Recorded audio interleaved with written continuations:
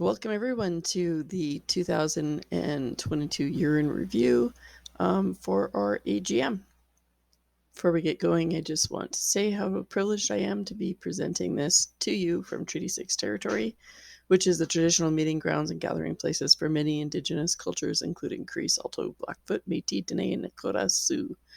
Part of our inclusion here at Aspec is that we ask everybody who's on the board and volunteering and encourage our members to consider their relationship with colonization and all the oppressions that come with that in order to work towards land back and reconciliation in a meaningful way. Our year in review. So we're going to go through a few different things that we hope to lay out for you and kind of give you an idea of where we're heading in the next year. So our last year's been one that's been just up and down and all over the place, with Aurora stepping up to donate place. That was incredible. I see it says donating. Apparently nobody edited this for me. My apologies. And that was just incredible. And it was a huge uplift for our organization and for all of our volunteers and our board member, which was followed by a huge loss with Dan's passing. We spent a lot of time grieving and trying to figure out how to move forward from that. And then Aurora itself actually closed, which has put us in a position to really consider our options. Our hearts hurt for the whole team at Aurora, and we're really looking forward to seeing them succeed as well. And we're here to support that. But we are here, we persevered, and we're continuing on. So Aspec's now Canada wide. So we're currently changing our bylaws and doing all kinds of registration and stuff to be a Canadian wide charity. And that's pretty cool. Our name also changed to Advocating for Sex Positive Education Consent Culture.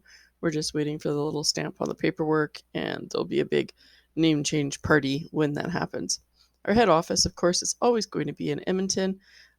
This is our home. This is where we were conceived, so we're going to respect that. We're currently looking for a space for our head office, and we continue to work with the Pleasure Crew.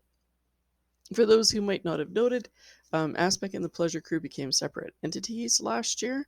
The Pleasure Crew hosts all the 18 plus stuff, leaving Aspec to really focus on the family and youth supports and sex education and queer inclusion and that kind of thing.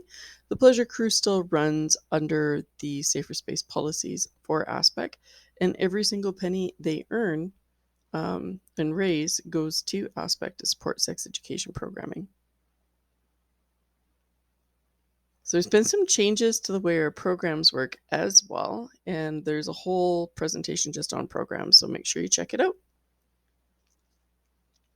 Last year, these are the statistics we had for classes. As you can see, we're growing our online presence, and we also started some online training for sex educators.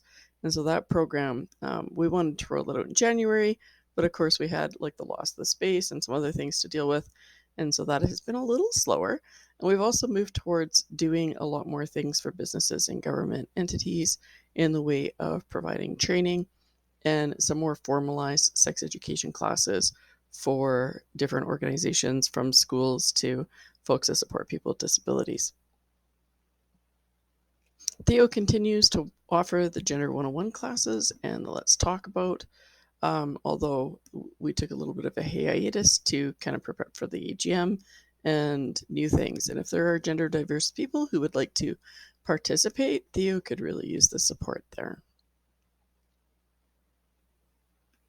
So social media, again, TikTok should have a K on it. I really needed somebody to step up and just edit everything I put out. Yeah, so we created a couple new accounts. TikTok's been really slow to grow because a lot of it is falling to me. If you don't recognize my voice, I'm Angel. I'm the program administrator, and I also do all the social media posting. So anyone who wants to step into that, we'd love to see that.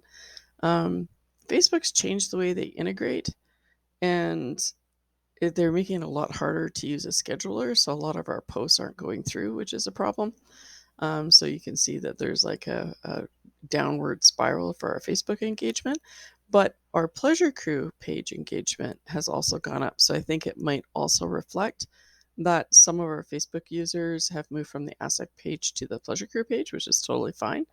Twitter and Instagram have both gone up quite a bit. And then, like I said, TikTok and LinkedIn are a little slower to grow. Our membership has changed also. In 2021, most of the memberships were for the Pleasure Crew, which makes sense. Aspec, we have 87 members. Pleasure Crew has 125. And as we grow through Canada wide, we're going to restructure the memberships with our bylaws, and they'll be more accessible on the Aspec side as well. So I have some exciting stuff coming up this year. So stay tuned. There's a lot of growth in the sex education sector at Aspec, and you might want to stay tuned for that. And we're also branching out in a couple other cool areas like our neurodivergent supports. And sex education is one of the big things. Angel and Anne, like myself and Anne, worked pretty hard last year to do the sex education program. And although Anne has stepped down, this has continued to be a huge support that we're growing. So if you want to get involved with that, reach out. We also are amidst getting our ASECT certification, and that will allow us to offer professional credits for counselors, teachers, social workers, that kind of thing. And that's pretty cool. I'm just wrapping up a master's at counseling, and we've got a couple other volunteers who also have those kinds of degrees, so we're setting up. And we also increased our online services by about 300%, and that's just going up like really rapidly. We were at the biannual conference for ASPISH. We presented all across Canada with Taboo. We've been going to GSAs, universities, colleges, businesses, government organizations, and of course, a lot of pride involvement as well. And the Indian Power project that we rolled out last year has been a huge success and growing. Actually looking at increasing our funding requests from the government for it to support people who have more financial needs. So when we did our SWOT, which is the strength, weakness, opportunities, and threats, our strengths remain the same. We're flexible. We're meeting our community needs. Very anti-impressive and inclusive. Our weaknesses are quite around funding, but also around having that active board engagement. We need new people in order to rejuvenate the board, and that's to be expected. And serving a board for 4 years is very draining, particularly in this, post-apocalyptic times. The pandemic was hard on everybody. We have lots of cool opportunities coming up. There's some queer inclusion granting streams that we're looking at, and then as well with our sex education team and the government training that we're branching into. And as usual, it's money, money, money is the biggest threat to our organization, and we always seem to thrive anyways. So we've got this. And then, of course, if you want to help, we'd love to have you. There's the Aspect phone line, the information to contact me, all of our websites and whatnot. We'd love to hear from you. Thanks for listening. Have a fantastic year.